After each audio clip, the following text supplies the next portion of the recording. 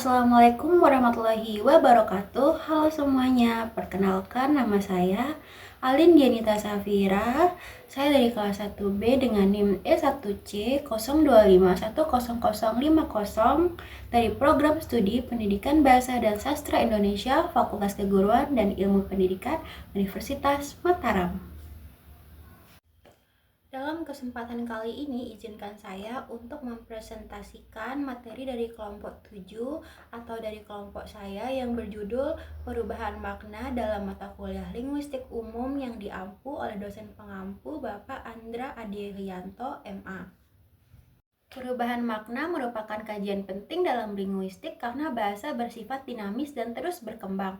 Seiring perubahan zaman, perkembangan ilmu pengetahuan, serta kehidupan sosial bermasyarakat, makna suatu kata dapat mengalami pergeseran.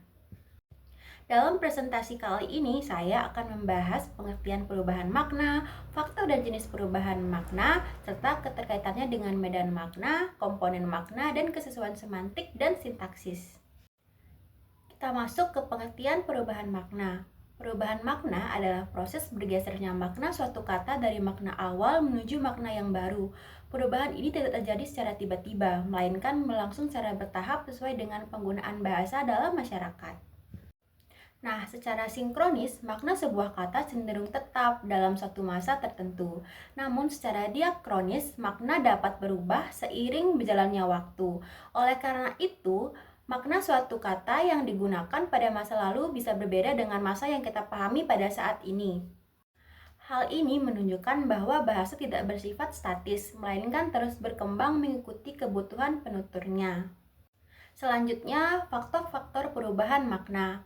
Perubahan makna dipengaruhi oleh beberapa faktor, di antaranya yang pertama, perkembangan bidang pemakaian, yaitu ketika sebuah kata digunakan dalam bidang yang berbeda dari penggunaan awalnya.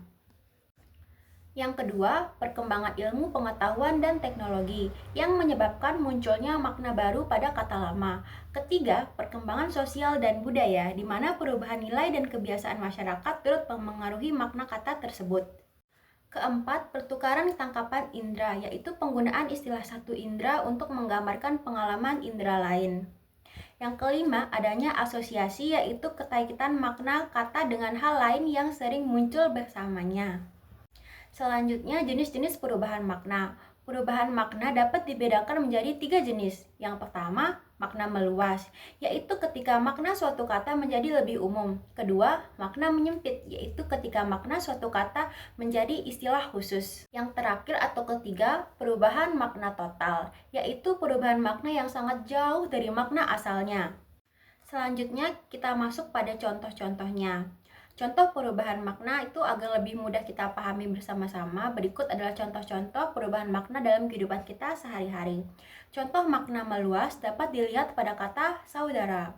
Awalnya kata ini hanya merujuk pada orang yang memiliki hubungan keluarga seperti kakak, adik, itu kan saudara.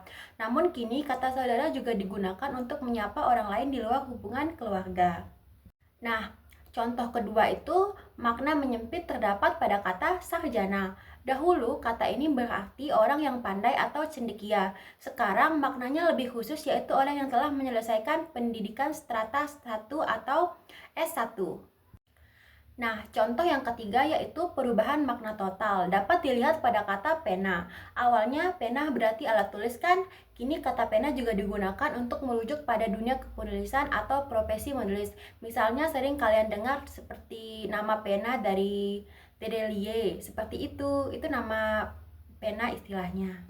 Nah, selain itu juga perubahan makna akibat teknologi dapat dilihat pada kata jaringan, yang dahulu berarti jala, tetapi sekarang juga berarti sistem koneksi internet. Nah, selanjutnya kita tinggalkan dulu perubahan makna dan masuk kepada medan makna. Jadi medan makna adalah seperangkat unsur leksikal yang maknanya saling berhubungan karena menggambarkan satu bidang kebudayaan atau realistis tertentu. Nah, contohnya adalah nama-nama warna, istilah kekerabatan atau perabot rumah tangga. Kata-kata tersebut membentuk satu kelompok makna yang saling berkaitan. Selanjutnya pembagian medan makna. Medan makna dibagi menjadi dua, yaitu yang pertama kolokasi, yaitu hubungan sintakmatik antar kata yang sering muncul bersama dalam satu konteks. Yang kedua set, yaitu hubungan paradigmatik antara kata dalam satu kelompok yang dapat saling menggantikan. Selanjutnya ada komponen makna. Jadi, setiap kata memiliki makna yang tersusun dari beberapa komponen makna. Komponen makna adalah unsur-unsur pembentuk makna yang secara bersama-sama menghasilkan arti suatu kata atau ujaran. Nah, melalui komponen makna ini, kita dapat memahami perbedaan makna secara lebih rinci, terutama pada kata-kata yang tampak memiliki arti yang mirip. Nah, selanjutnya kita masuk pada kesesuaian semantik dan sintaksis. Jadi, pertama yang harus kalian tahu, sintaksis adalah yaitu yang berkaitan dengan struktur dan susunan kata dalam kalimat, sedangkan semantik berkaitan dengan makna kalimat tersebut. Bisa dipahami? Sebagai contoh, kalimat batu itu sedang berpikir, kalimat ini benar secara sintaksis, tetapi tidak logis secara semantik karena batu tidak memiliki kemampuan untuk berpikir. Nah, oleh karena itu, kesesuaian antara semantik dan sintaksis sangat penting agar kalimat dapat dipahami dengan baik dan benar. Nah, selanjutnya kita sudah masuk ke kesimpulan. Jadi, perubahan makna adalah pergeseran makna kata yang dipengaruhi oleh berbagai faktor dan terbagi menjadi makna meluas, makna menyempit, dan perubahan makna total. Selanjutnya, medan makna merupakan kumpulan unsur leksikal yang saling berhubungan, sedangkan komponen makna adalah unsur pembentuk makna satu kata atau ujaran. Selain itu, kesesuaian semantik dan sintaksis diperlukan agar struktur dan makna kalimat saling mendukung satu sama lain. Nah, demikian presentasi yang dapat saya sampaikan. Semoga materi ini dapat dipahami oleh teman-teman semua dan bermanfaat bagi kita. Terima kasih atas perhatian dari Bapak dosen pengampu mata kuliah linguistik umum, yaitu Bapak Andra Aderianto, MA, dan teman-teman sekalian. Sekian dari saya. Wassalamualaikum warahmatullahi wabarakatuh. Selamat pagi.